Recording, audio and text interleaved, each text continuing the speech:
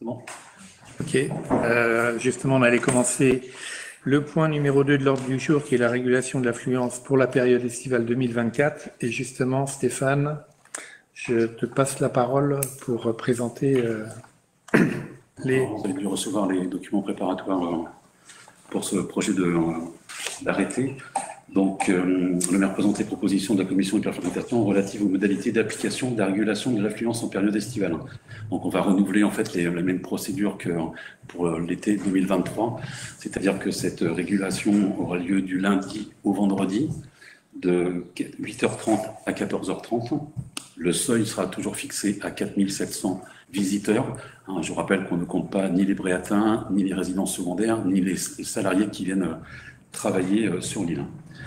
Par contre, la petite différence avec l'année 2023, c'est que cette mise en application de la régulation sera uniquement du 22 juillet 2024 au 23 août 2024. Donc on a réduit en fait son application d'une semaine par rapport à l'année dernière, étant donné qu'on a estimé que vu la fréquentation de l'été et surtout du mois de juillet 2023, qu'il n'était pas nécessaire d'appliquer cette régulation pour cette période, tout du moins jusqu'au 22 juillet pour cette année 2024. Voilà, donc c'est exactement les mêmes principes que l'année précédente. Il y aura de nouveau un comptage, tout sera mis en place pour pouvoir vérifier cette régulation comme l'année 2023. Je crois qu'on peut ajouter une chose, c'est qu'on a noté une différence sensible dans l'approche des vedettes de Bréa vis-à-vis de la régulation. Et vous aurez sans doute noté dans leur brochure qu'ils font en fait la promotion maintenant de la régulation et qu'ils ont notoirement amélioré toutes les annonces qu'ils font sur les vedettes et sur le fait qu'il faut réserver.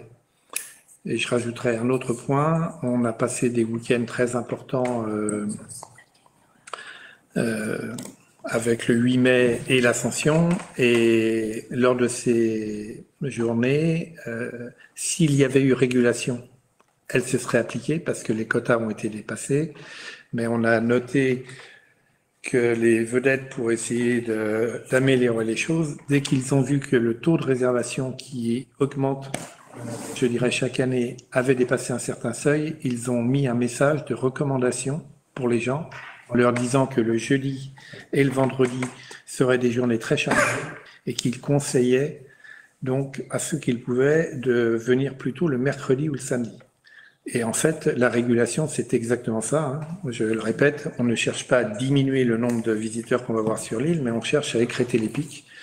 Et moi, je remercie les vedettes de Bréa de participer en fait à cet effort en faisant exactement ce qu'il faut pour essayer d'éviter les gros pics.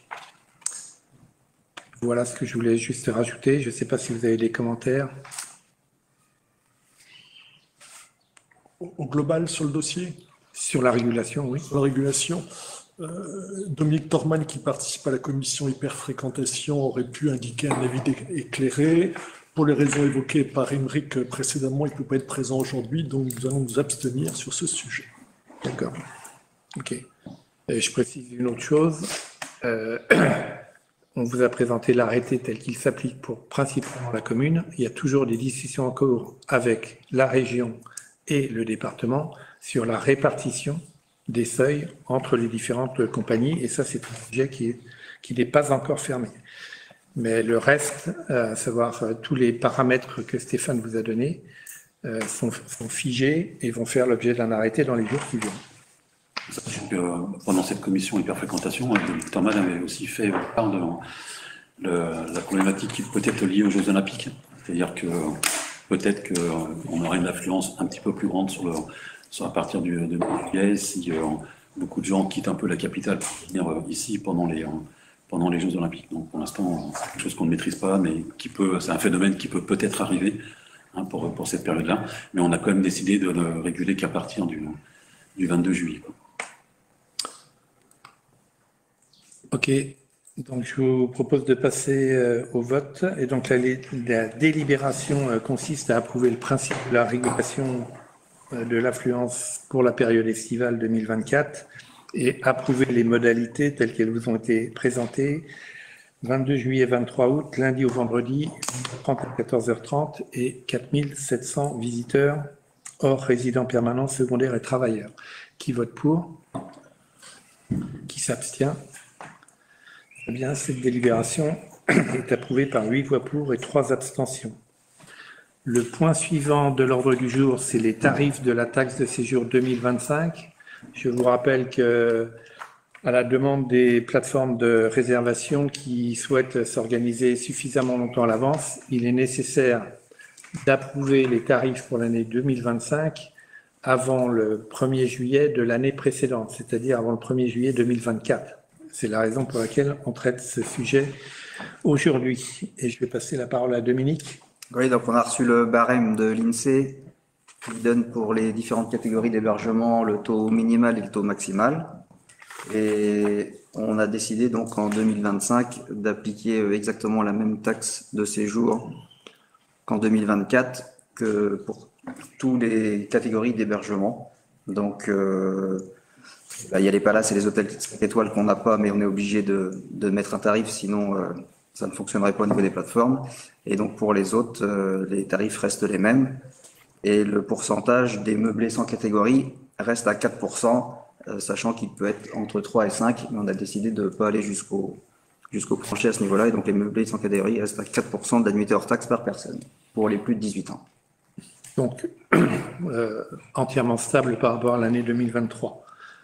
Des commentaires ou des... Par rapport à 2024. Par rapport à celle de 2024. Ah, pardon, par rapport à 2024. En cohérence avec notre position des années passées, on votera contre. Voilà. D'accord. Très bien, je propose de passer au vote. Donc, qui vote pour l'approbation des tarifs et les taux applicables tels que présentés dans le tableau? Qui vote pour? Qui s'abstient? Qui vote contre? Donc, cette délibération est approuvée par 8 voix pour et 3 voix contre.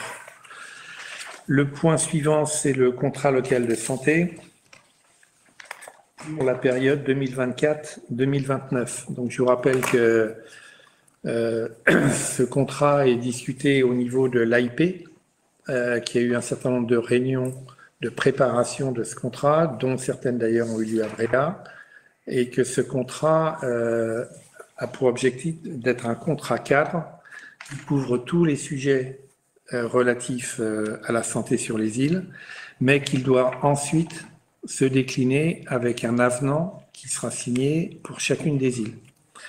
Je vous rappelle qu'il y a 5 axes prioritaires dans ce nouveau contrat, qui est le deuxième. Le premier, c'est favoriser l'accès aux soins dans les îles.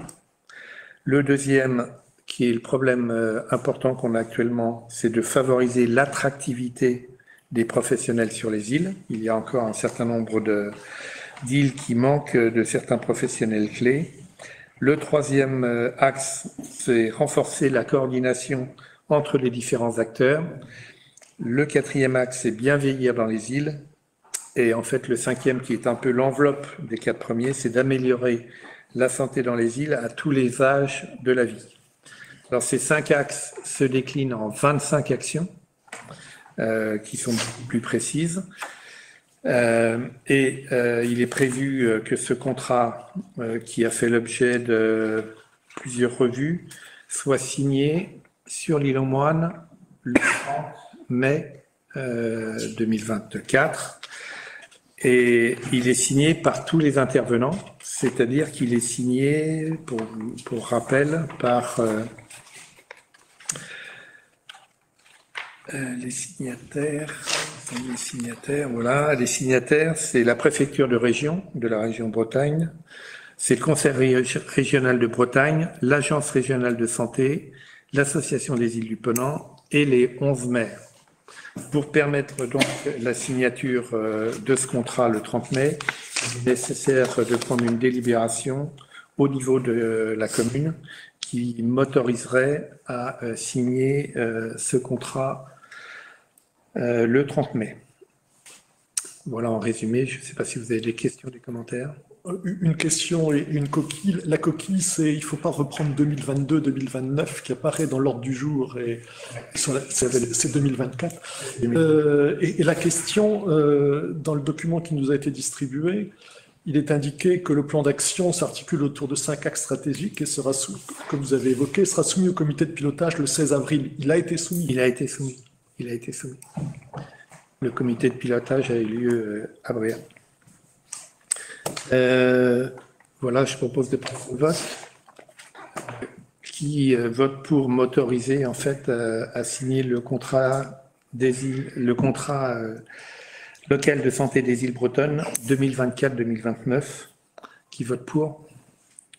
Merci. Donc cette délibération est approuvée à l'unanimité. Le point suivant, c'est la désignation d'un élu référent défense incendie et secours. Donc vous pouvez penser qu'il y a déjà un élu référent défense, ce qui est exact, c'est François-Yves Le Thomas. Mais François-Yves Le Thomas, son rôle, c'est d'assurer une interface avec les services justement de la défense, mais dans le sens militaire du terme.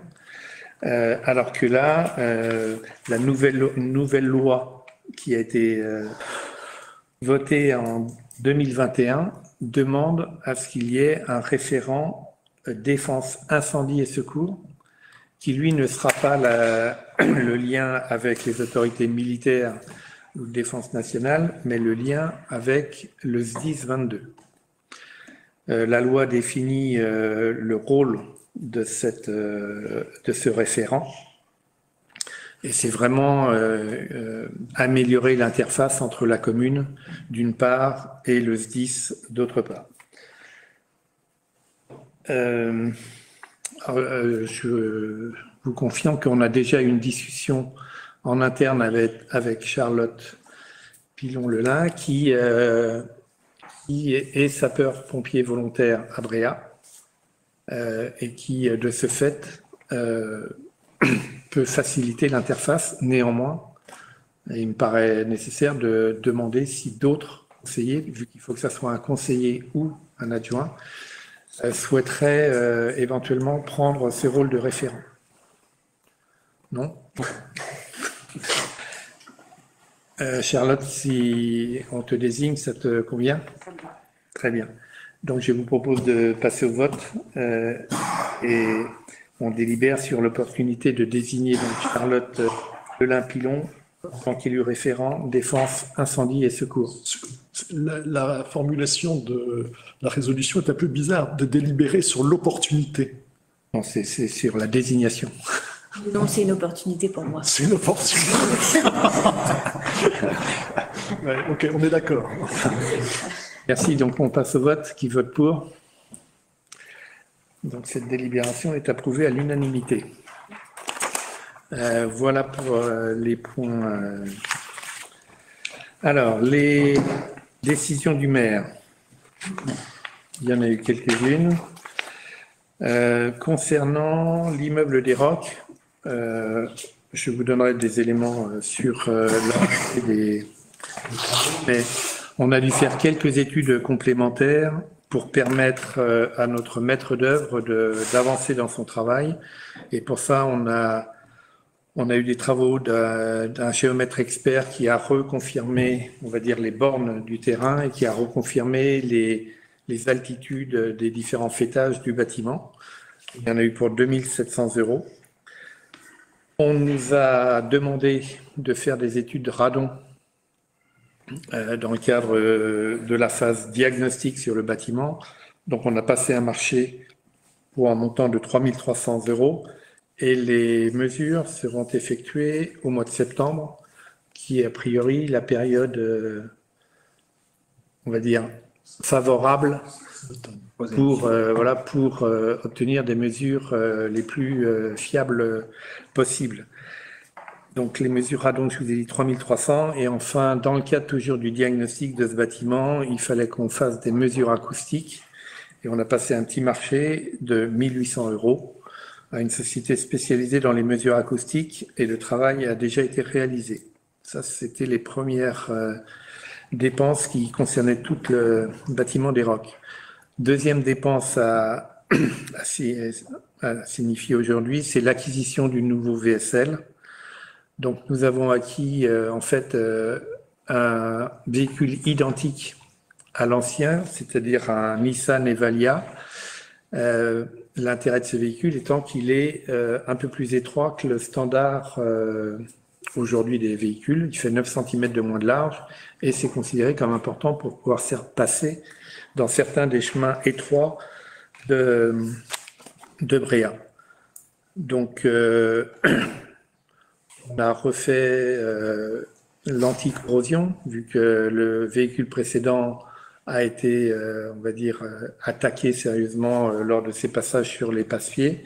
Et c'est ça qui a entraîné la dégradation de la rampe pour les fauteuils roulants.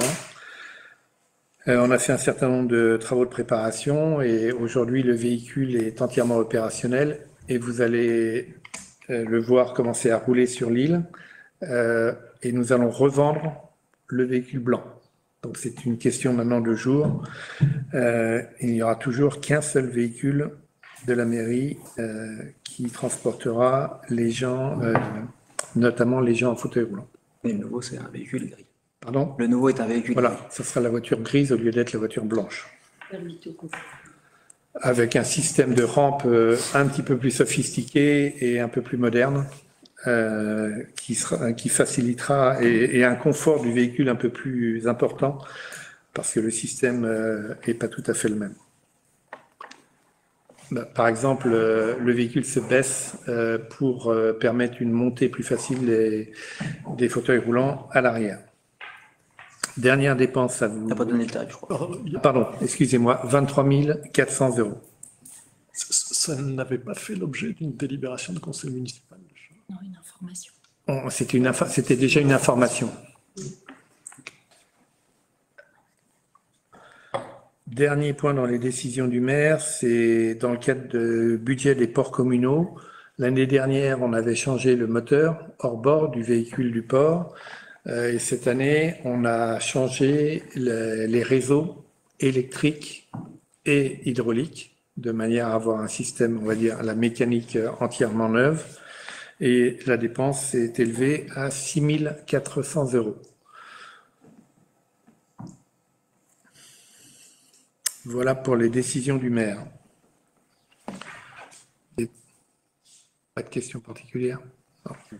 Sur les informations du maire, il y en a un certain nombre.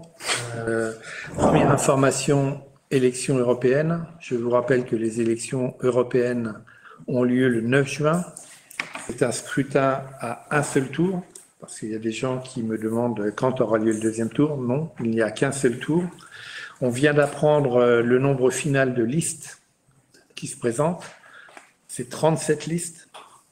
Donc on va mettre le maximum de panneaux à disposition des listes qui voudraient faire un affichage. Théoriquement, on devrait être obligé. 37, Oui, mais je pense qu'on ne fera pas la dépense. J'ai vu certaines communes qui ont fait des dépenses pour mettre 37 panneaux et le prix des panneaux est élevé.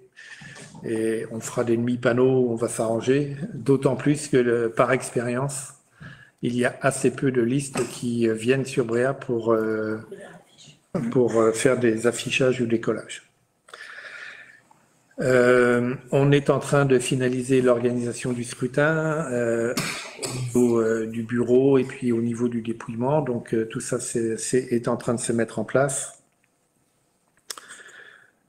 Et puis vous avez sans doute noté que hier, en mairie, la gendarmerie était présente pour recueillir les procurations des gens qui souhaitaient en faire une et qui n'avaient pas la possibilité de se déplacer. Et il y a eu, ça a été relativement utilisé, on a eu un nombre de visites non négligeables de gens qui ont fait des procurations. Donc c'est très bien. La gendarmerie s'est déplacée aussi chez des résidents? Oui, la gendarmerie s'est déplacée chez les résidents qui le demandaient. Et ensuite, l'après-midi, la gendarmerie s'est déplacée à l'EHPAD pour recueillir les procurations directement à l'EHPAD. Le deuxième point, c'est ce qu'on appelle, nous, les travaux de renfortex sur la montée du Port-Clos. Donc, je vous rappelle qu'on en avait déjà parlé. Lors des travaux de la réfection de la voirie, on a eu un dommage sur le mur de soutènement de l'immeuble des Rocs, qui a fait l'objet d'un dossier d'assurance. Il y a eu un accord sur les devis et sur la répartition des responsabilités. Et on en arrive maintenant à la phase des travaux. Il a été assez difficile d'obtenir une date de l'entreprise qui est très occupée. Les travaux vont démarrer lundi 27 et devraient durer la semaine. Donc potentiellement jusqu'au samedi si jamais ça devait glisser un petit peu. Je vais devoir prendre un arrêté de voirie parce que il y a la nécessité de mettre en place un échafaudage qui va être en travers de la voie de la montée du Port-Clos. Cet échafaudage fera 2 mètres de large. C'est-à-dire qu'il permettra néanmoins, avec les barrières adéquates pour canaliser les gens, le passage de piétons et de carrières. Par contre, il ne permettra pas le passage des tracteurs. Donc on a déjà pris contact avec le Carrefour Express qui, lorsqu'on avait fait les travaux de la montée du Port-Clos, avait des difficultés à prendre la route alternative qui passe par l'ouest. Donc on va lui apporter l'assistance nécessaire pendant la semaine prochaine pour lui permettre de recevoir ses livraisons. Et on va informer, après ce conseil, vous êtes les premiers à en être informés, on va informer les transporteurs des contraintes que ça va entraîner. Et il y aura une information et un arrêté de voirie qui vont être pris. Donc cette information est différente de celle que vous nous aviez donnée la dernière fois, qui indiquait que la route serait complètement... Oui, on a rediscuté. On a rediscuté avec eux en leur disant qu'il était important de laisser, dans toute la mesure du possible, un passage, et ils ont accepté. Le troisième point, c'est encore les conséquences de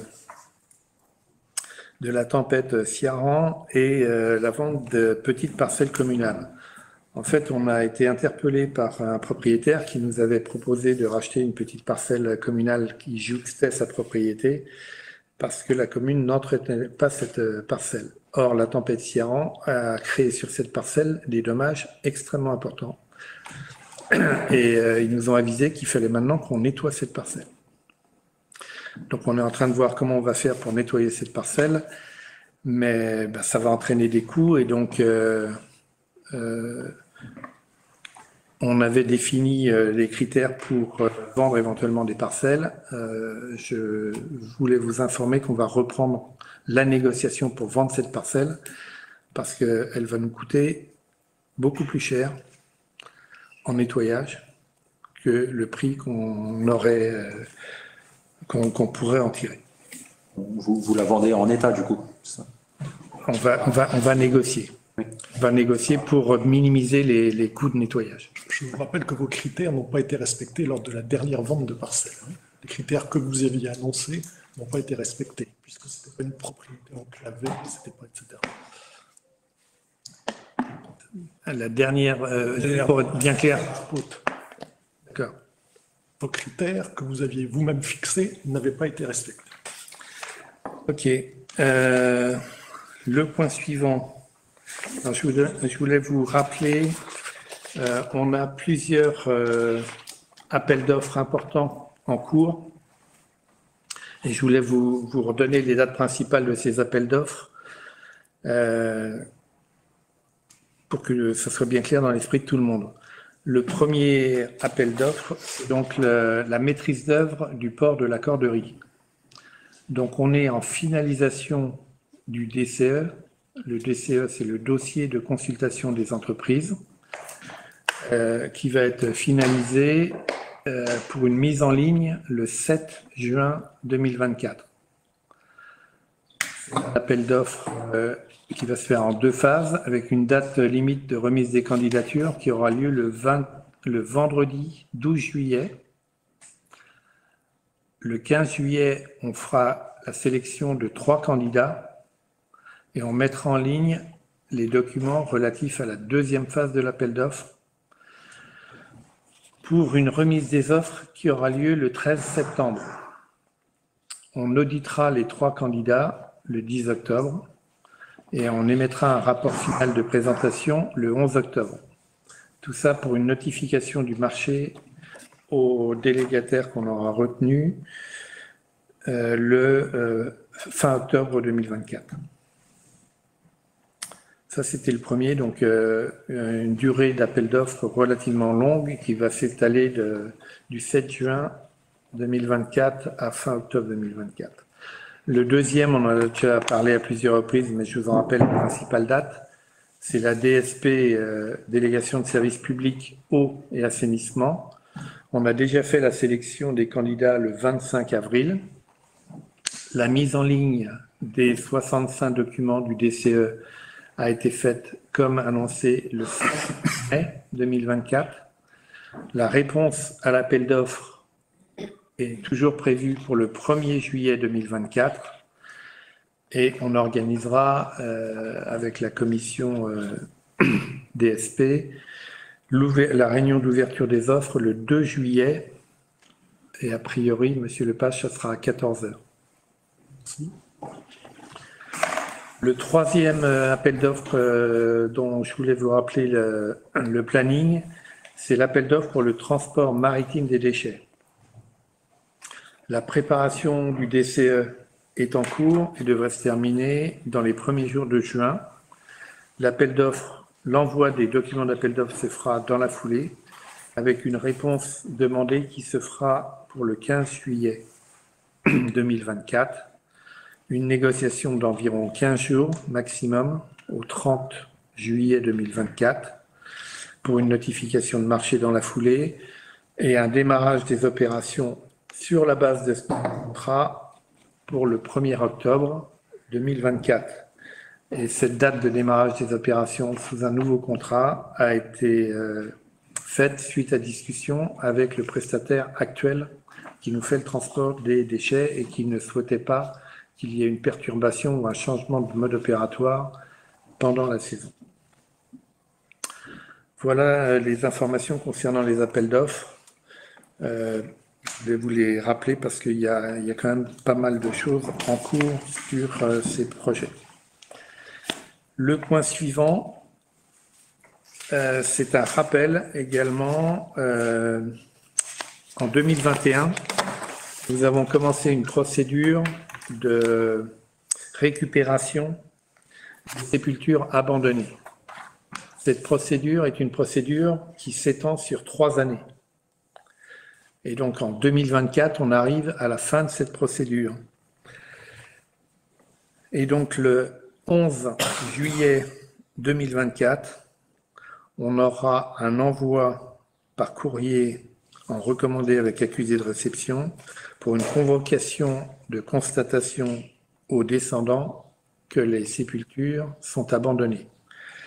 1 mois plus tard, on fera, après avoir convoqué les gens, on fera la constatation de l'état d'abandon et l'établissement du procès-verbal d'abandon de la tombe correspondante. Donc ça, c'est le 11 août 2024. Le 16 août 2024, on fera une notification par courrier recommandé avec accusé de réception et en y joignant la copie du PV du procès-verbal de constatation et on enverra ça à tous les descendants que l'on aura pu contacter. Alors pourquoi je vous en parle aujourd'hui? C'est simplement pour que si des gens avaient oublié qu'il y avait cette procédure de récupération qui était en cours et qu'ils souhaitent se signaler en mairie de manière à renouveler leur concession et éviter que la sépulture de leur famille ne soit considérée comme en état d'abandon, il faut le faire maintenant parce qu'il reste relativement peu de temps. Je redis ce que j'ai dit lorsque vous aviez évoqué le point lors d'une dernière séance du conseil municipal. Il y a quelques tombes remarquables.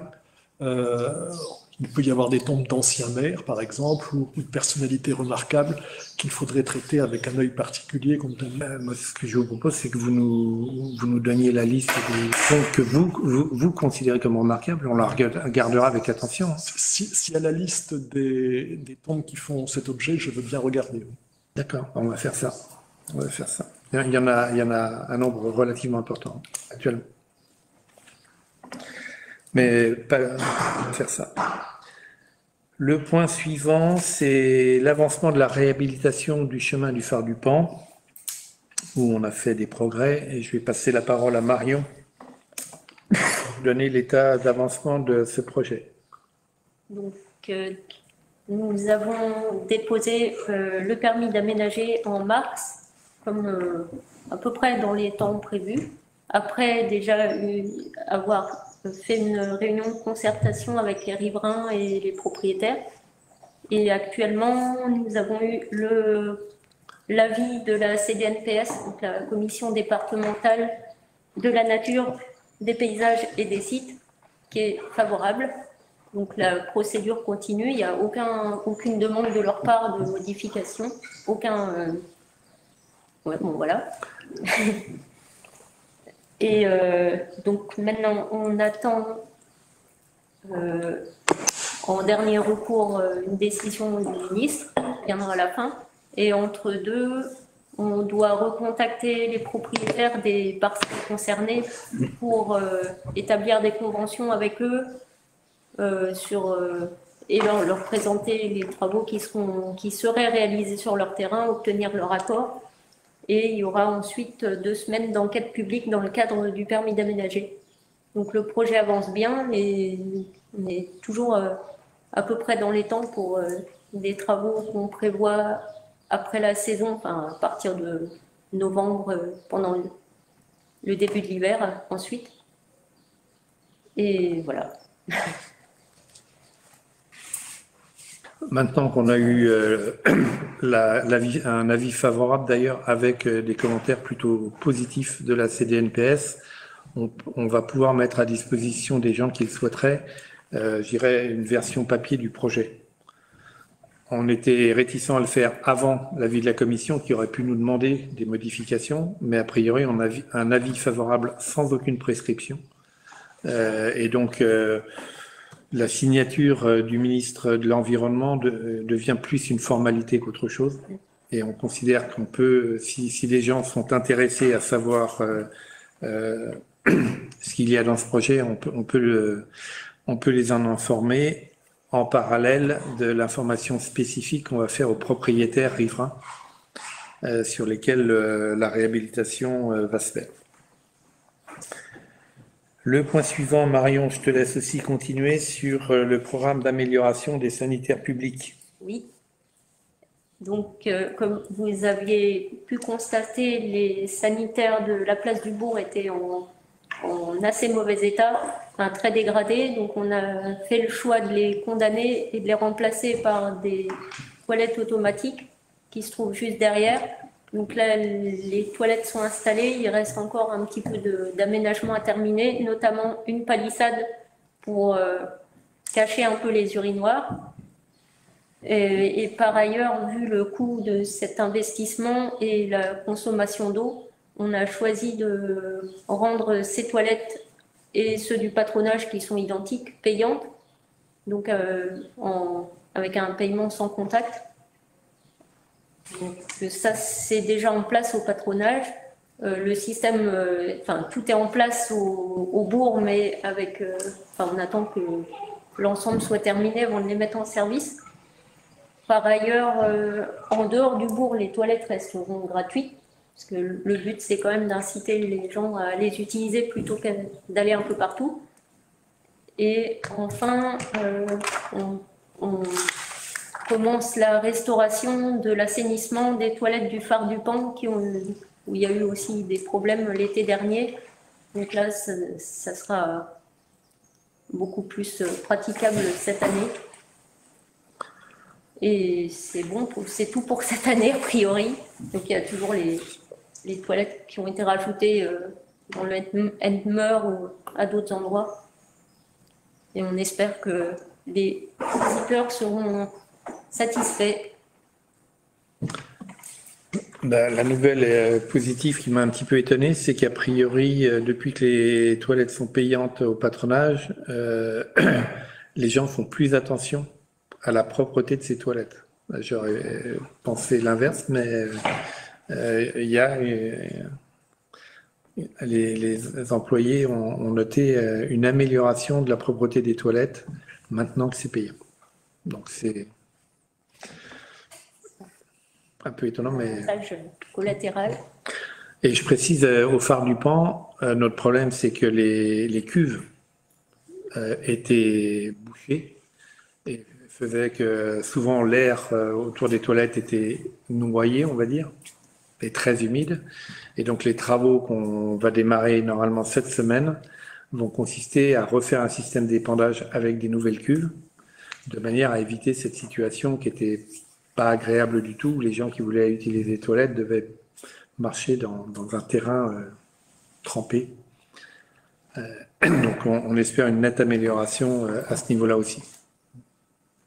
Excusez-moi, je sais que c'est une petite palissade, mais est-ce qu'il y avait une décision ou une information pour la construction de cette palissade quand on parle des toilettes Elle fait partie du permis qu'on a déposé pour les toilettes.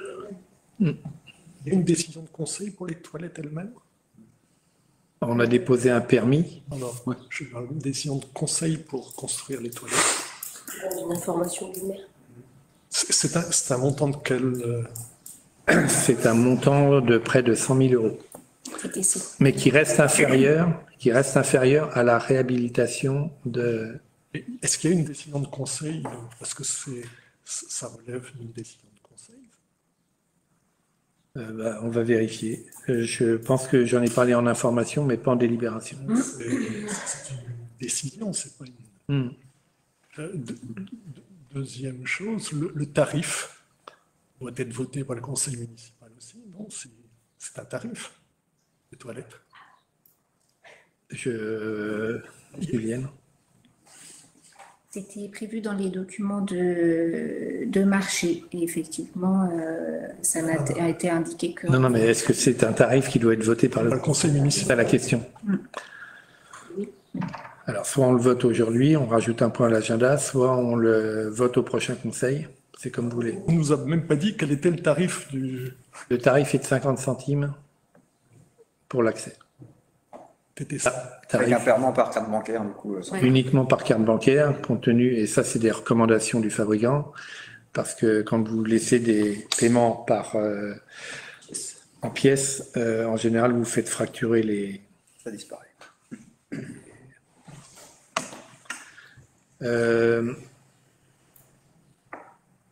Ce que je vous propose, c'est qu'on régularise cette situation au prochain conseil, si ça vous convient. Oui.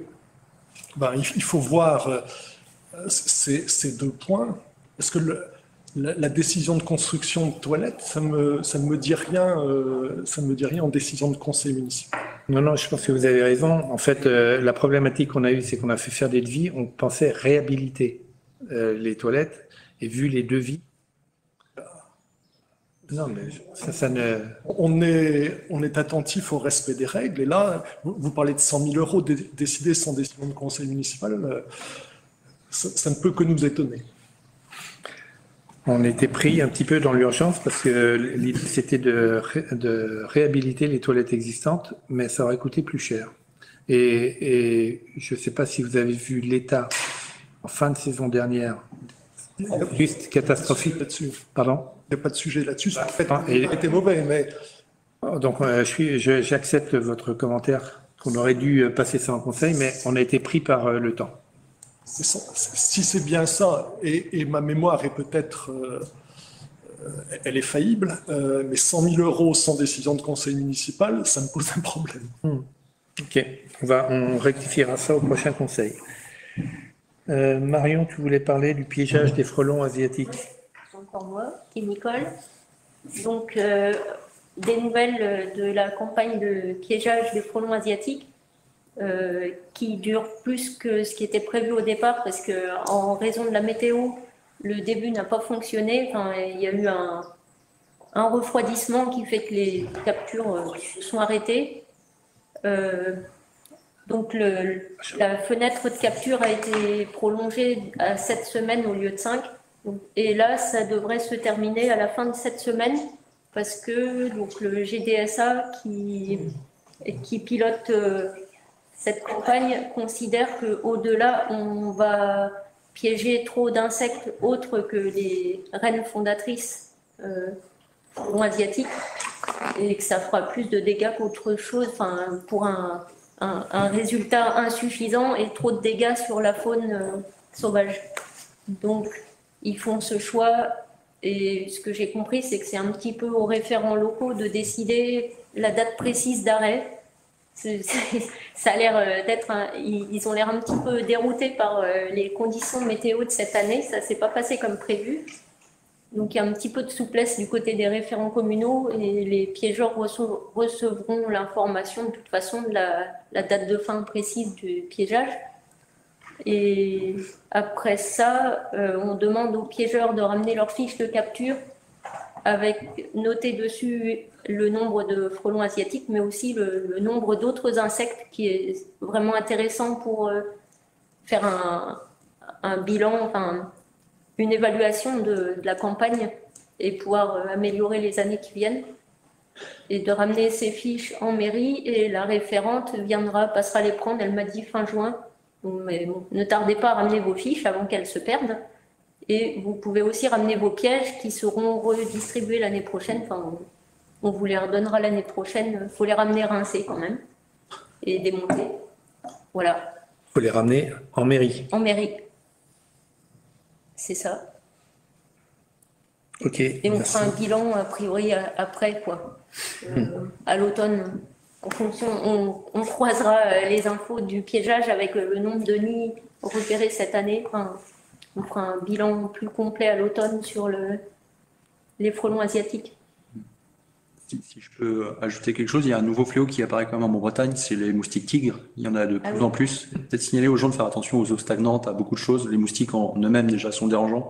Moustiques tigres, il y a des cas de dengue en Bretagne, ce qui n'est quand même pas courant. Donc, faire attention à ça aussi. Le département 22 n'est pas encore sur la carte. Ouais, moi j'en ai plein. Considéré comme contaminé par. J'ai que ça chez moi. Ah, ouais. Ah bon? Ouais, j'ai plus que ça. On en a vu un l'année dernière aussi. Mais oui, on n'est pas encore en alerte. Et autant prévenir. Ok, non, mais merci pour l'info. Et tu avais un dernier point sur les journées agricoles. Un dernier point, donc dans le cadre du PAT, il y a 2 fermes de Bréa qui font des journées portes ouvertes à l'occasion des journées nationales agricoles, donc il y a un événement national qui regroupe pas mal d'organismes et de partenaires. Et ça sera du 7 au 9 juin à l'échelle nationale sur le thème de l'éducation à l'alimentation. Et donc là, il y aura une visite le samedi 8 au GAEC de Kervillon avec des dégustations l'après-midi. Et puis une visite de lait Bréatine le dimanche 9, donc après avoir voté pour les Européens, avec aussi vente à la ferme et visite. Voilà, j'ai tout dit. Merci. Donc c'est tout pour les informations du maire. On passe au point suivant. C'est donc les questions diverses. Vous avez... J'en ai une sur le bâtiment de l'Office de tourisme ancienne mairie. Il y a ancienne mairie, oui, d'accord. En hauteur du lilas qui pousse à divers endroits du bâtiment. Si on il pousse probablement depuis plusieurs années. Si on ne le fait pas disparaître rapidement, il peut provoquer des dégâts qui vont être... C'est tout à fait identifié. Le problème, c'est qu'on a du mal à obtenir un devis d'entreprise. Ce sont des travaux en hauteur. Oui. On a évalué la possibilité pour le service technique de les réaliser. On a considéré que ça n'était pas... il faut des échafaudages en bonne et due forme. Et donc actuellement, on est parfaitement d'accord. Et il y a notamment une pierre à droite en haut qui est en train d'être qui risque éventuellement d'être décellé. Mais aujourd'hui, on a beaucoup de mal à avoir des devis des entreprises. Pour votre information, on a reçu ce matin le devis pour les travaux annuels de réfection des voiries qu'on avait demandé il y a plus de 3 mois. Et ils nous disent que, alors que nous, on voulait absolument que ces travaux se fassent comme chaque année, la période estivale de juillet-août, il n'est pas du tout certain que cette année, on va réussir à les faire. Et on va essayer. Mais il y a une difficulté. Le problème est parfaitement identifié, mais il y a un gros problème pour trouver des entreprises. On l'a identifié en fait il y a quelques mois quand on a repeint l'intérieur de l'office. Et en effet, il y a la pierre là, qui est au-dessus, qui est près. Il n'y a pas que celle-là. Il y en a d'autres. L'autre côté, il y en C'est a. celle-là aussi. C'est celle-là qui fait le plus peur. C'est celle qui fait le plus peur parce qu'effectivement, elle peut tomber. Ouais, je sais. On est parfaitement cool. On va peut-être. Non, il faut absolument qu'on répare. Un périmètre de sécurité permettrait d'éviter un risque éventuel, mais il faut réparer. Autre question diverse? Oui, vous avez évoqué les toilettes publiques. Effectivement, pendant le week-end qui a été très chargé de 4 jours, beaucoup de gens se sont plaints de l'état des toilettes, mais ça relève de la responsabilité personnelle des gens. Il y a beaucoup de poubelles aussi qui ont débordé. On nous a transmis pas mal de photos de poubelles, des poubelles ou à des endroits où avant il n'y avait pas de poubelles, où maintenant ils se retrouvent avec des monticules. Malheureusement, les gens ne sont pas civils, on ne va pas pouvoir faire grand-chose, mais comme c'était Dominique qui vous en parlait la dernière fois, principalement devant chez lui, où avant il n'y avait pas de poubelle, désormais il se retrouve avec des énormes tas. Il n'y a pas que devant chez lui. On a eu beaucoup de photos d'endroits différents de Bréa. Je ne sais pas quelle solution il y a, j'en ai pas personnellement. Je sais que les services techniques font comme ils peuvent avec les astreintes qu'ils ont et le peu de nombres qui sont aussi à Bréa. Mais il y a également aussi un problème sur la place du Bourg, effectivement, avec les toilettes et certains commerçants qui n'ont plus de toilettes à cause du réseau vieillissant. Je pense que vous avez été un peu informé. C'est pas à cause du réseau vieillissant. C'est de leur réseau? Oui. Eux se plaignent beaucoup. Ouais. Ah non. À mon égard, ils me déclarent qu'il y a un problème quand même. Mais ça fait un moment que la discussion dure et on a vérifié plusieurs fois le réseau public et c'est pas le réseau public qui crée le problème. Qu'ils aient un réseau privé vieillissant, c'est certainement le cas, mais c'est pas sur le réseau public que ça se passe. Pour répondre à votre point, on avait mis en place des astreintes spéciales pour ce grand week-end. Et je pense que les photos qui ont été prises le dimanche soir. Mais il y a eu ramassage le mercredi, le jeudi, le vendredi et le samedi. Et mon explication de la situation, parce que il est indéniable que les photos montrent des débordements, c'est des photos qui ont été prises le dimanche soir, quand tous les gens repartent.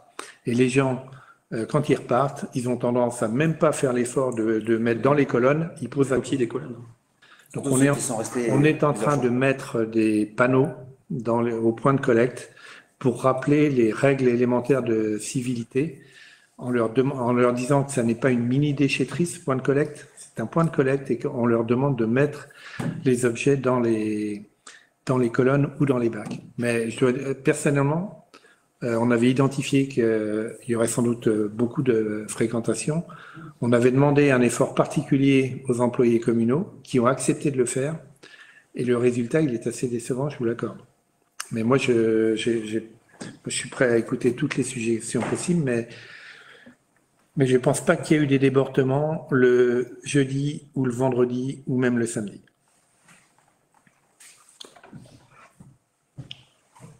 D'autres questions ?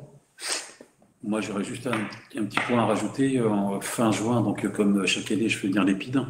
Donc le programme a été fait avec les 20 jeunes, les 20 jeunes et les 3 accompagnants de l'EPID. Le budget est quasiment bouclé. S'il y a d'autres personnes qui veulent participer, ça sera avec grand plaisir. Il me reste une demi-journée où on pourrait éventuellement aller faire travailler ces jeunes. Donc si vous avez un endroit qui vous semble intéressant à aller nettoyer, désherber ou enlever certaines choses auxquelles nous, on n'a pas pensé.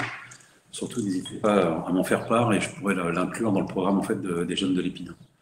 Donc, il reste le jeudi après-midi avec un petit créneau de 4-5 heures de travail à faire si vous connaissez un endroit qui serait susceptible d'être réaménagé. N'hésitez pas à m'en parler. Ok, merci. Donc, s'il n'y a plus de questions, on passe au point numéro 9. La vente interactive de la maison du Port-Clos.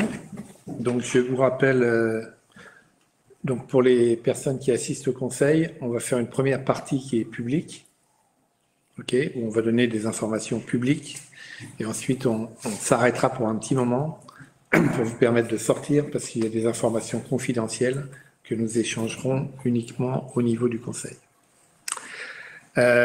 Juste pour vous rappeler un peu l'historique. On a acheté ce bâtiment dans les tout premiers jours. On a signé les actes dans les tout premiers jours de 2022.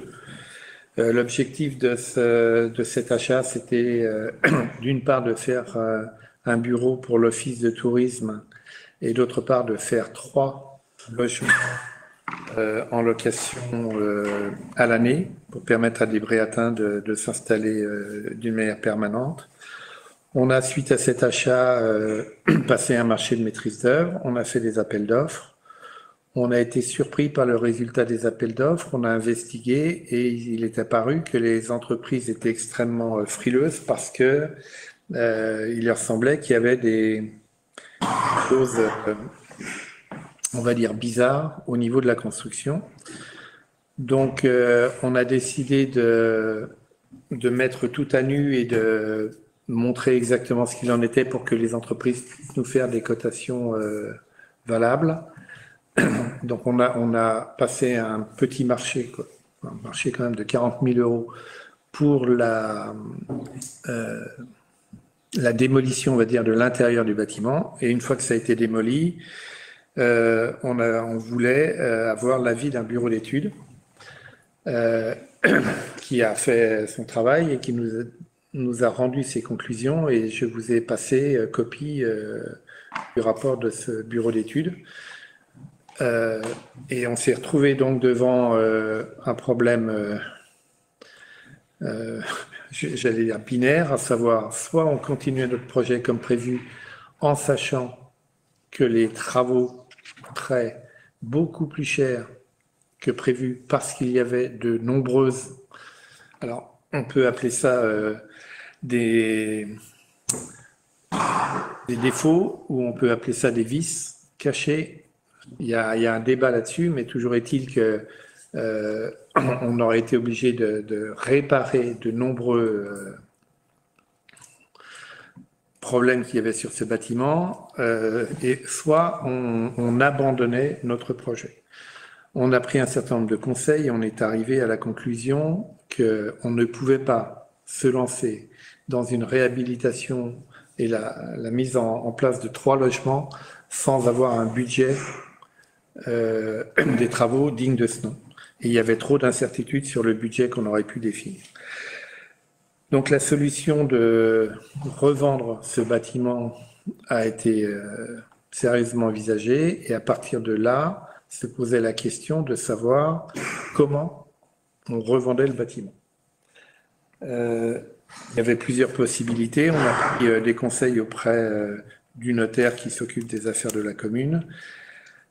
Et il y a une question qui se pose, c'est de savoir, une fois qu'on aura revendu ce bâtiment, si la commune a subi ou non un préjudice.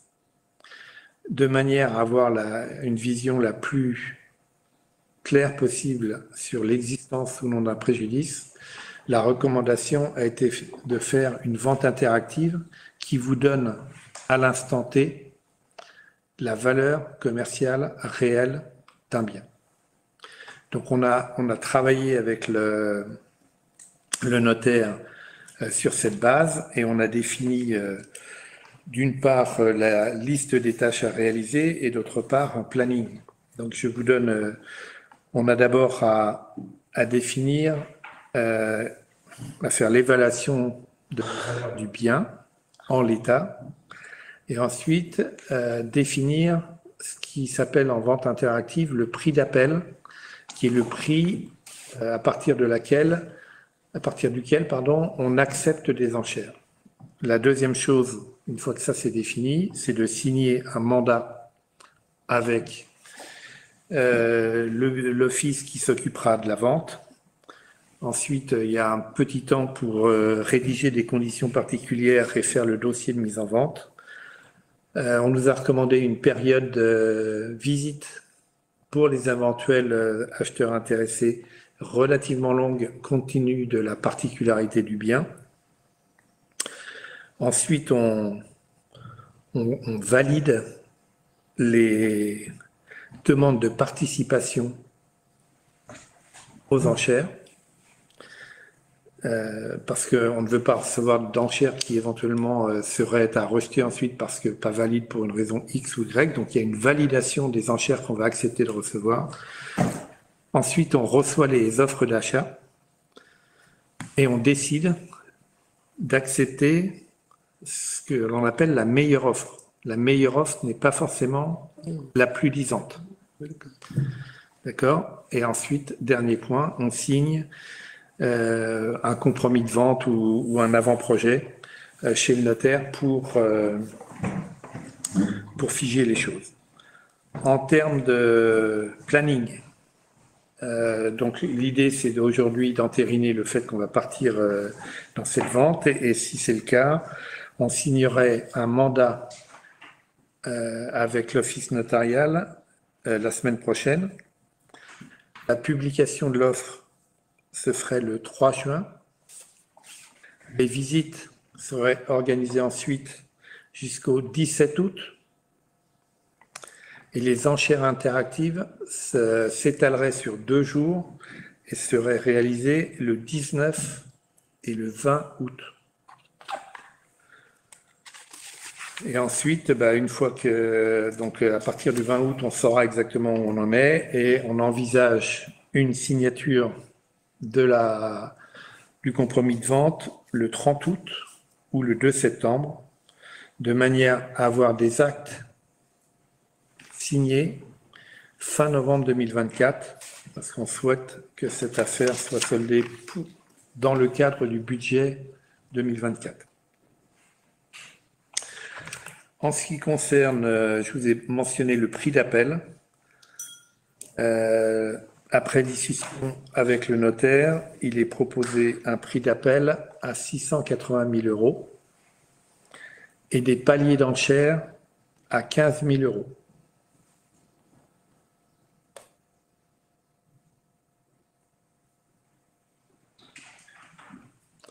Voilà ce que je pouvais vous dire avant de rentrer dans la partie confidentielle, ce que je pouvais vous dire d'une manière générale. Je ne sais pas si vous avez des questions, des commentaires. Alors, des questions non. Un commentaire oui.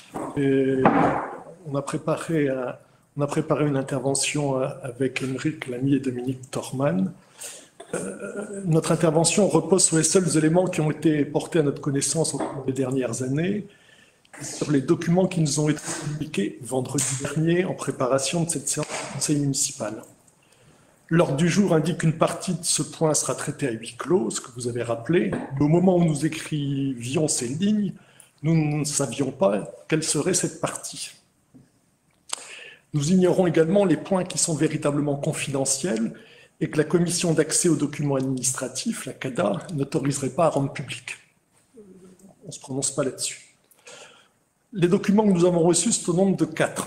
Un rapport technique du 6 février 2024, émanant d'une société d'ingénierie spécialisée dans le bâtiment. Il concerne la structure du bâtiment et a été rédigé suite à une visite de fin d'année dernière, du 27 décembre 2023.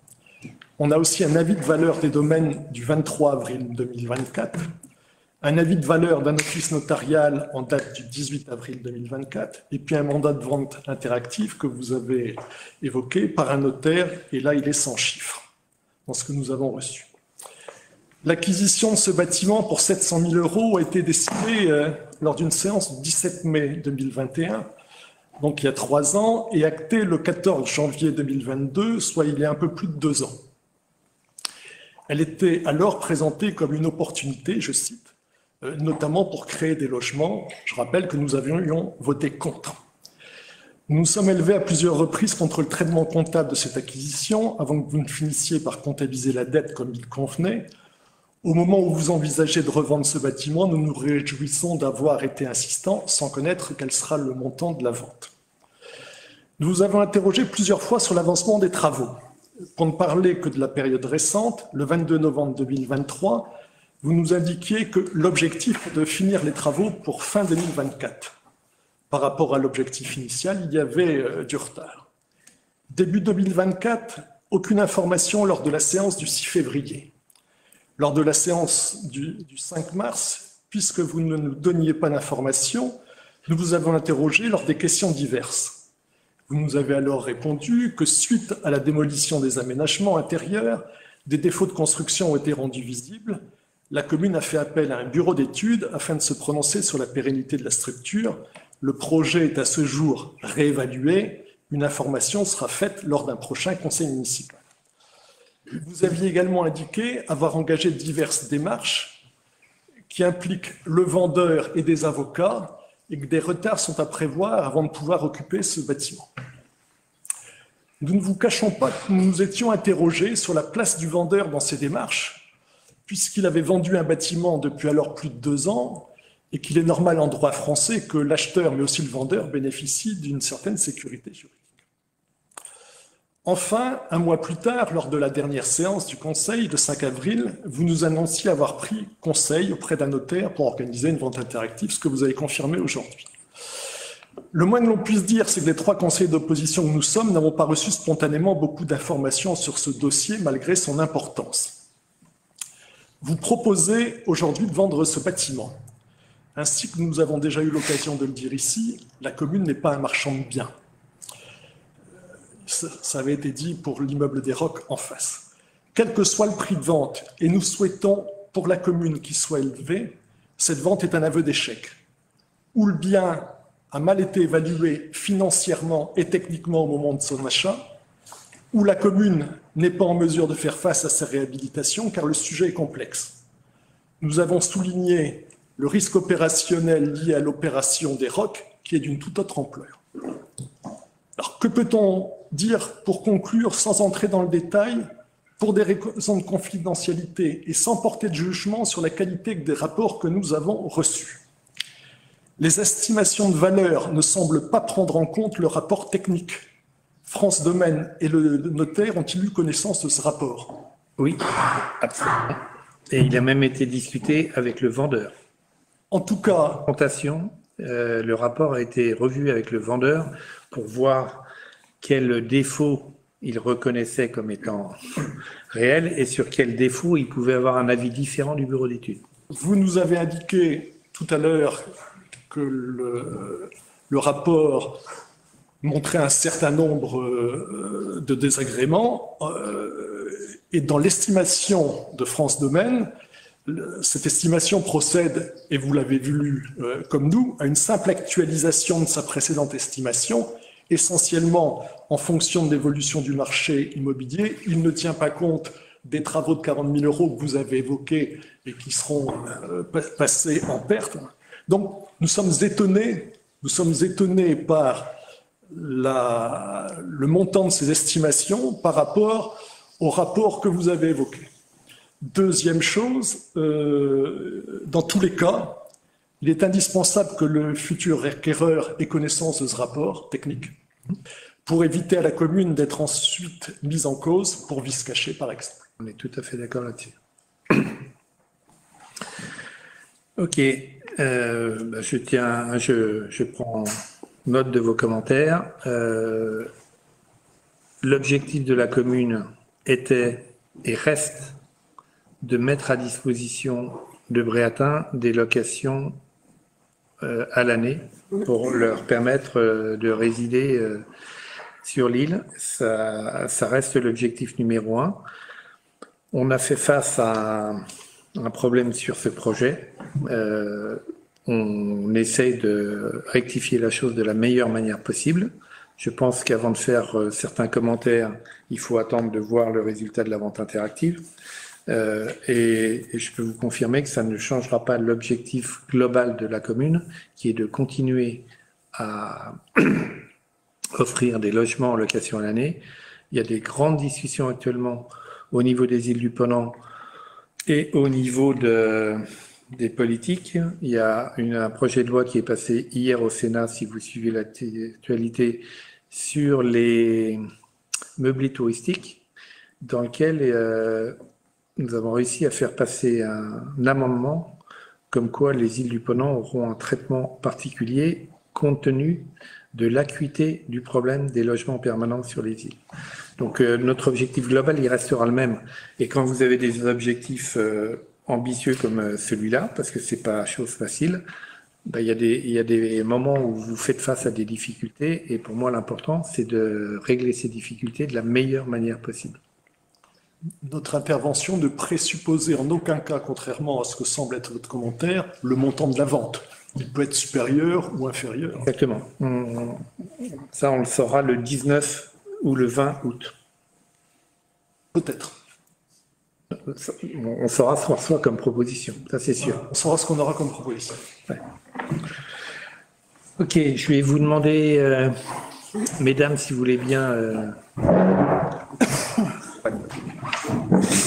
Ouais, et Stéphane, il faut couper le micro.